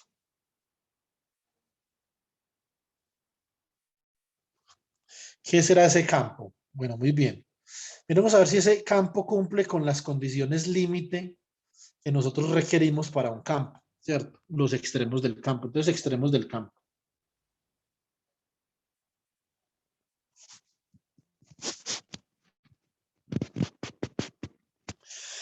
Los extremos del campo son los siguientes. La tangente hiperbólica, ¿quién es la tangente hiperbólica? La tangente hiperbólica es una función que tiene un comportamiento asintótico de esta forma.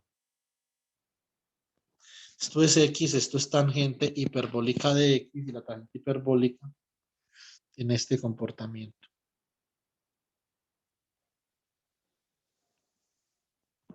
¿Sí o no? Bueno, muy bien. Eso significa que cuando X es infinito, esto es 1. Y cuando X es menos infinito, esto es menos 1. Es decir, que en los extremos es plana y su derivada es 0. ¿Cierto? Fantástico. Derivada del campo con respecto a X en los extremos es 0. ¿Cierto? Como lo requiere la densidad hamiltoniana. Bueno, muy bien. Entonces, ahora nosotros vamos a considerar acá entonces que tenemos dos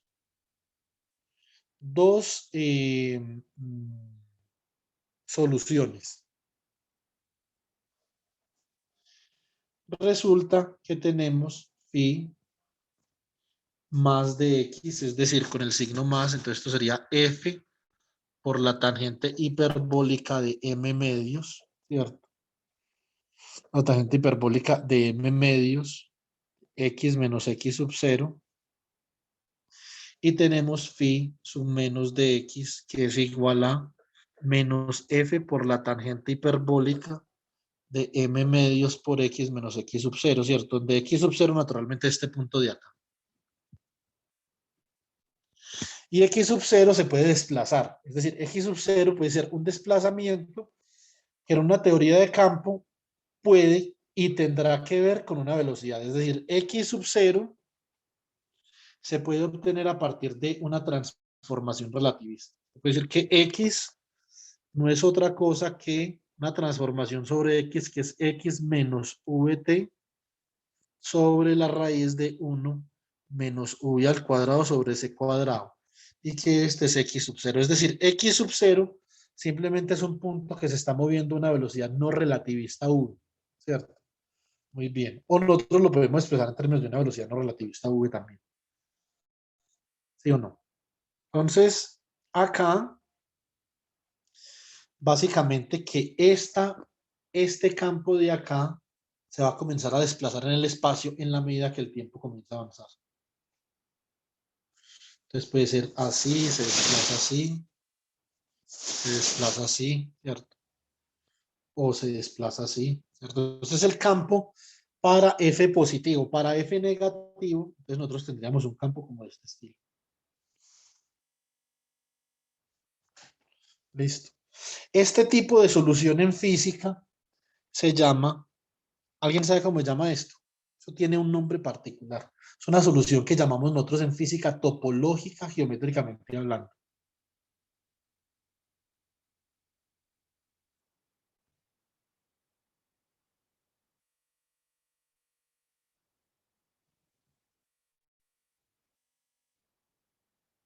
Se parece a la curva de histéresis, ¿no? No, no, realmente la curva está un poquito diferente, ¿cierto? Esto se llama kink. Anoten esta palabra por ahí, por favor, para que la busquen. Kink. Esto es característico, esto es una solución característica de un sistema no lineal. Solución no lineal. Listo. Eso es un kink. Ahora, la densidad de energía, como ustedes van a ir descubriendo en la medida que vayamos avanzando en el curso, densidad de energía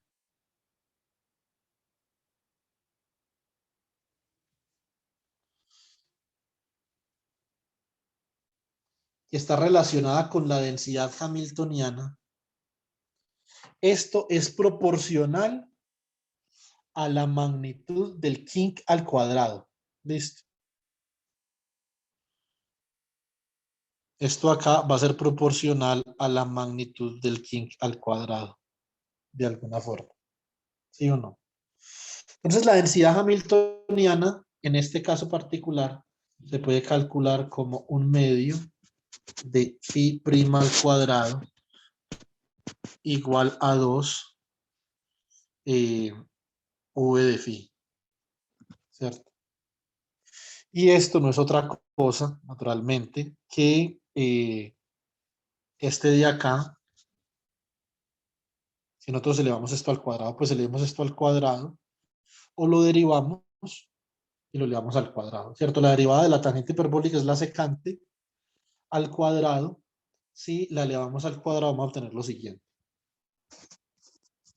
Esto sería ¿quién? La derivada de esto por acá, entonces sacamos la masa medios, por este medios queda 4, ¿cierto?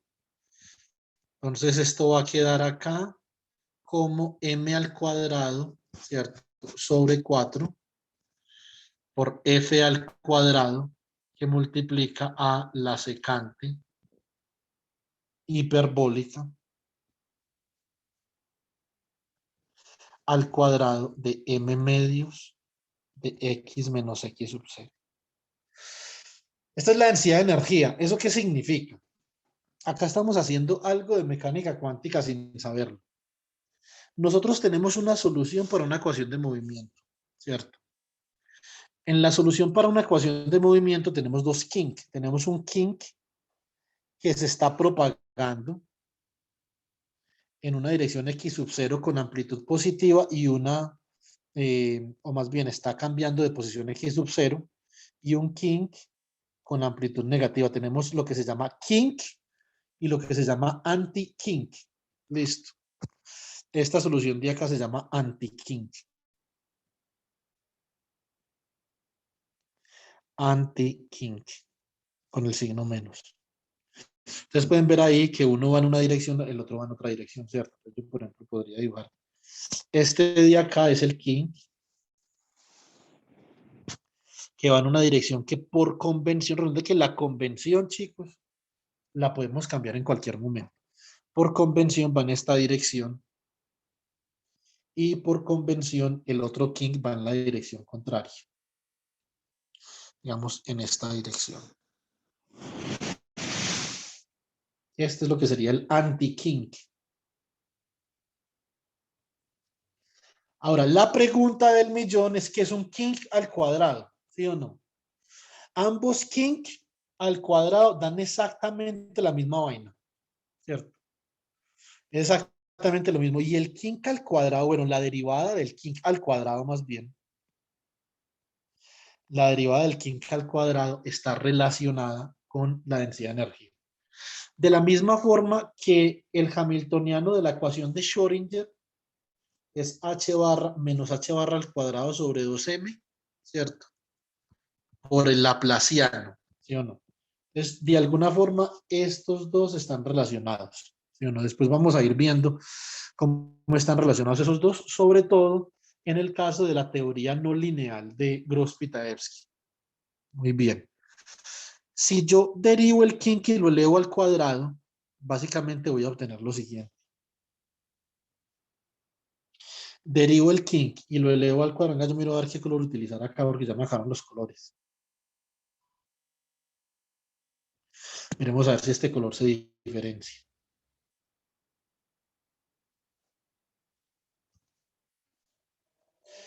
Esto de acá sería la densidad de energía del campo. Esto que acabo de dibujar.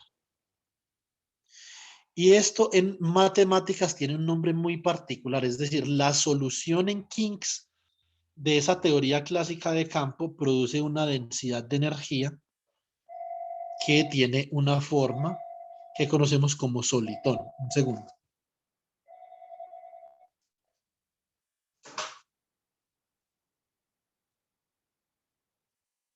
Buenos días.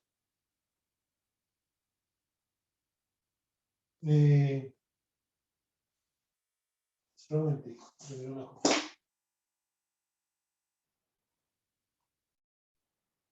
Sí, háganlo. Muchas gracias. Bueno, entonces, esto que nosotros tenemos acá, que es de la forma secante hiperbólico al cuadrado de x, por ejemplo, esto se conoce en matemáticas como solitón. Recuerden la referencia que les voy a pasar que se llama Physique du Soliton.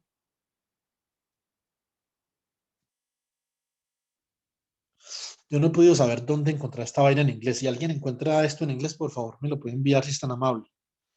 De Dossuet y de Peyrard.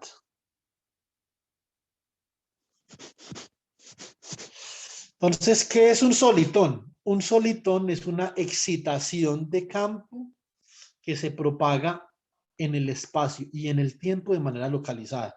Es decir, la dispersión de esta densidad de energía mientras se comienza a propagar en el espacio nunca cambia. Usted puede ver el solitón, por ejemplo, si nosotros tenemos aquí el espacio-tiempo, tenemos X, tenemos phi y tenemos t. Ese solitón es como algo así. Él se comienza a propagar de esta forma. Digamos que vamos a escoger t positivo en esta dirección y t negativo en esta dirección. Entonces el solitón comienza por acá. Y en la medida que t va avanzando, el solitón se va desplazando en X, pero mantiene su dispersión constante. Un segundo, ya voy. Él se comienza a desplazar en X mientras se desplaza en el tiempo, pero mantiene su dispersión constante. Esa es la característica principal de un solitón, ¿cierto?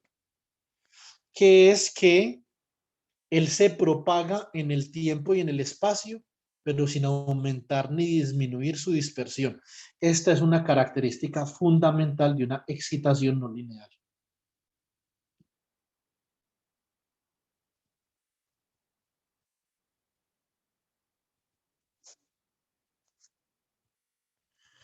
El solitón. El solitón no es una solución a esta teoría de campo, no, es el kink. La solución a esta teoría de campo es el kink, el anti-kink y el kink. Más sin embargo, el solitón representa la densidad de energía de este campo, ¿cierto? Entonces, ¿qué significa eso? Que la energía de esta teoría de campo se propaga en el espacio y en el tiempo sin dispersión. Y eso es una característica fundamental de un sistema lineal. No lineal, perdón. Los sistemas lineales, mientras que se propagan, aumentan su dispersión y disminuyen su amplitud. ¿Cierto? Esto es lo que se llama un paquete de ondas. ¿Ya voy?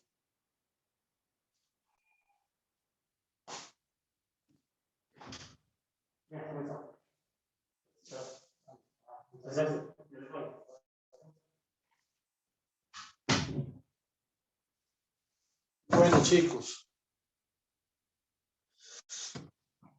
Esta es una clase que posiblemente no encuentren en los libros de mecánica clásica, pero créanme cuando les digo que esta es una de las clases más importantes que uno puede ver en toda la carrera. Esto es súper interesante, físicamente hablando, ¿cierto? Entonces, pueden ustedes reunir sus preguntas, me pueden hacer las preguntas que necesiten. Vamos a seguir viendo solitones, la teoría de campo de Gross-Pitayevsky, que yo les voy a colocar en el taller, es una teoría que tiene, esa teoría sí tiene solución solitónica, ¿cierto?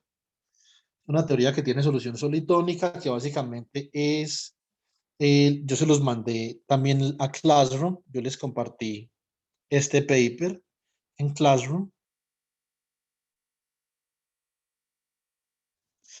Se llama Matter Wave Vortices in Cigar Shape and Toroidal Waveguides, ¿cierto? Como ustedes pueden ver en este paper, ya voy a acabar, chicos, 35 segundos, por favor.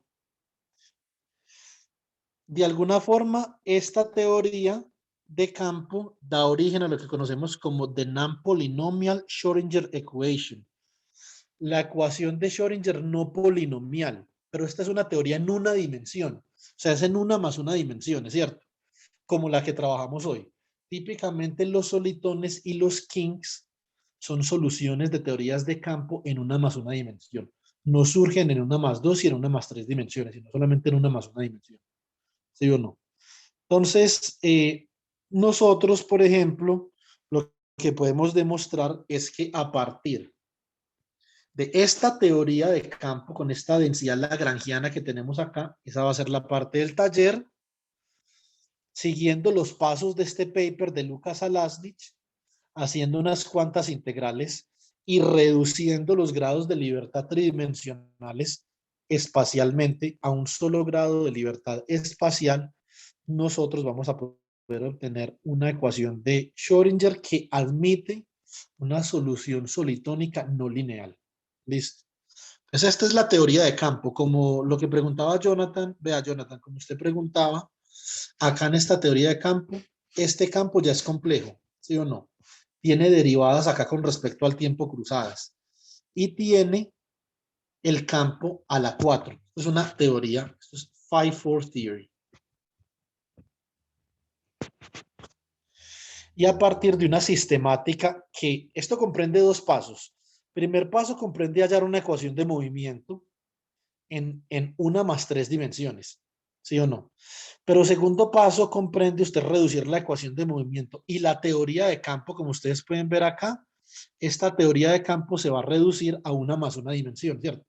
Acá, el campo F, este campo F que ustedes tienen acá, es un campo que está en 1 más 1 dimensión. Lo que pasa es que tiene, digamos, una serie restricción de no linealidad, ¿sí o no? Eso se hace integrando sobre los otros grados de libertad, ¿cierto?